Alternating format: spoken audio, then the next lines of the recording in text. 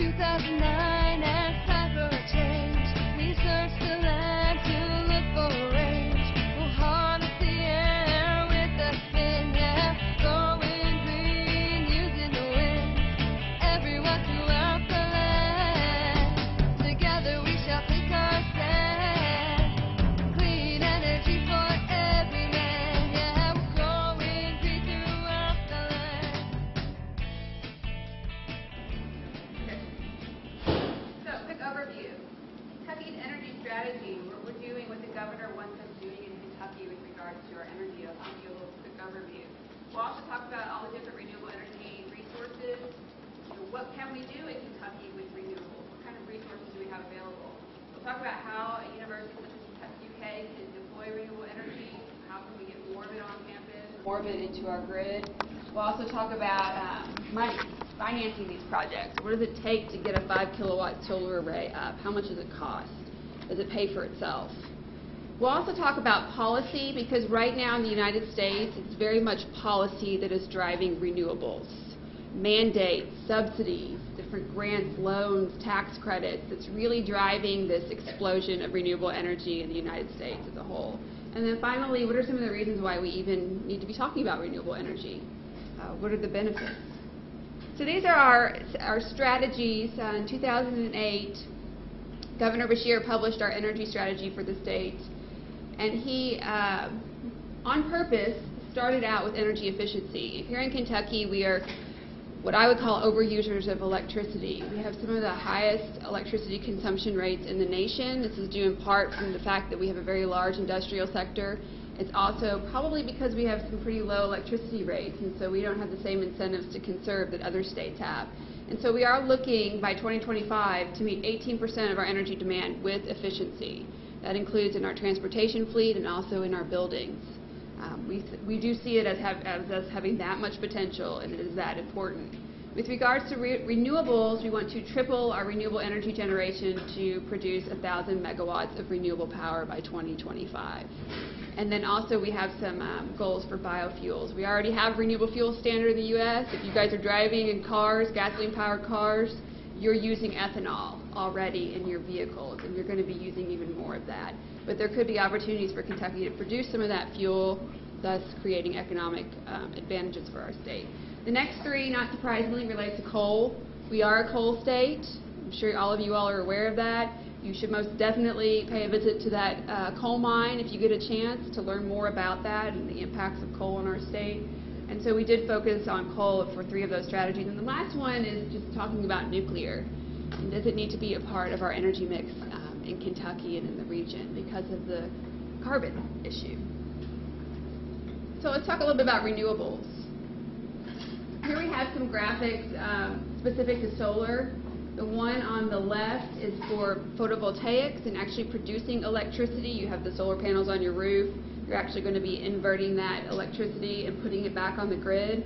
This other system relates to hot water. It's the two ways that you can actually make solar work in Kentucky. You can generate electricity. You can also generate hot water and reduce how much electricity or natural gas you use. The hot water system is cheaper. It's probably easier to install and easier to maintain. It doesn't have as many pieces and parts to it, and you're not dealing with the utility at all. These are what the systems look like, and actually you can walk outside of the parking lot, and on that side of the building there is a solar array that's up on this building, and you could actually see it, and I've learned that it does track the sun throughout the day. So if you want to take a look at what PV panels look like in person, that's a good place to look. And then you can see the tubes for a solar hot water system. This is our resource map for the U.S. for solar. And not surprisingly, the Southwest has a much stronger solar resource. If you've been to Arizona in the summertime, this is not a shock to you. It's incredibly hot. They have a very direct resource out there. In that part of the U.S., you can actually run power plants on your solar resource. So you're actually using the sun's rays to heat liquid, to heat water, create steam, and then spin a turbine. So you have power plants that run off the sun. In Kentucky, we're probably going to be seeing more on the distributed side of solar, panels on roofs, hot water systems on roofs. We did recently, this month, get our first 1 megawatt solar array. So picture about 5 acres or so of those solar panels that you just saw in the picture. That is the largest array in the state. It's in Bowling Green, and it's part of the TVA's Generation Partners program. The TVA pays a premium for renewable power. So that's incredibly exciting that we have this new project on in the state. But as far as our resource goes, the sun shines in Kentucky. Solar works in Kentucky. You might hear that it doesn't. That's not true. It does work perfectly fine in Kentucky. The challenge with solar is that it's expensive compared to other renewables and compared to fossil fuels, and I'll show you how the numbers shake out. Another useful thing with solar is that you can very easily calculate what you're going to produce from your solar panels and what the value of that electricity is. This is called PV Watts. It's a calculator that the National Renewable Energy Lab has created. And I used this recently to see how much better is the resource in Tucson, Arizona. So I created this system in my zip code on my roof, 4 kilowatts, in Frankfort, Kentucky. And it tells me I'm going to generate about 5,000 kilowatt hours of electricity in a year, which would not be half of the average demand for electricity in a year.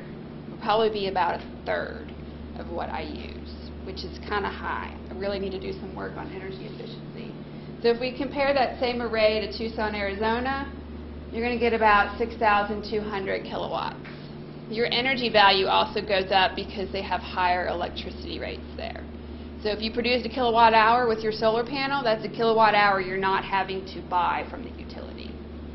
So they get about 30% more electricity. So not double, triple, quadruple. Yes, they have a better resource than Kentucky, but we still can make solar work. I'd also encourage you to take that trip to the wind farm, Buffalo Mountain in Tennessee. It is a really neat experience. I've been there.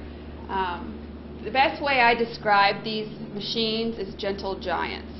They're huge. They are just out there on the landscape, spinning and producing electricity. It's a really neat place, and if you can get away from class and take a trip out there, I would highly recommend it. Wind power is huge in the United States right now. It's growing by leaps and bounds. It was about 1% of our portfolio, I think in 2008. It's now up to 2.3% of our portfolio in the entire nation. So that's pretty significant that it shows up. Solar, for example, does not show up in our portfolio for electricity. So, the reason I talk about this is because we are definitely impacted by the wind industry. They're becoming more powerful. They're becoming more active in D.C. They have the potential to influence policy. So even though we don't have any large utility-scale wind farms in Kentucky, we still kind of want to pay attention to what's happening with this industry. Here's the reason why we don't have any utility-scale wind in Kentucky. All the great wind is down the middle of the United States. Those purple, red, getting into the brown areas, that's where you have the windiest parts of the U.S., and that's where you're going to have most of your wind built out. I think it's somewhere around 36 states have wind farms. Kentucky does not. Texas is one of the largest states.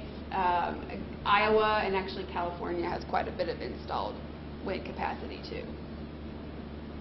This zooms in on Kentucky a little bit. This is at 100 meters. So this is the hub at 100 meters. And let me show you the hub. That square box at the top, you can actually park a small Chevy pickup truck in there. That's how big that is. So at 100 meters, these brown spots on the map represent where you would have the strongest wind resource and where you actually could do some utility scale wind, and actually just north of Lexington would be a really great spot. We have two companies, the two largest wind developers in the nation, NextEra and Iberdrola, have set up Met Towers in Kentucky. One of them is in this area. Another one is near Owensboro, and then we have another one down in this area. When they put up these towers, they're going to collect wind speeds for the next couple of years, and then they're going to decide if they can actually make those projects work. The big kicker is going to be whether or not they can get the utility to buy the power, whether or not they can get the landowners to lease their land for these machines. Other important things they're going to have to think about: are there endangered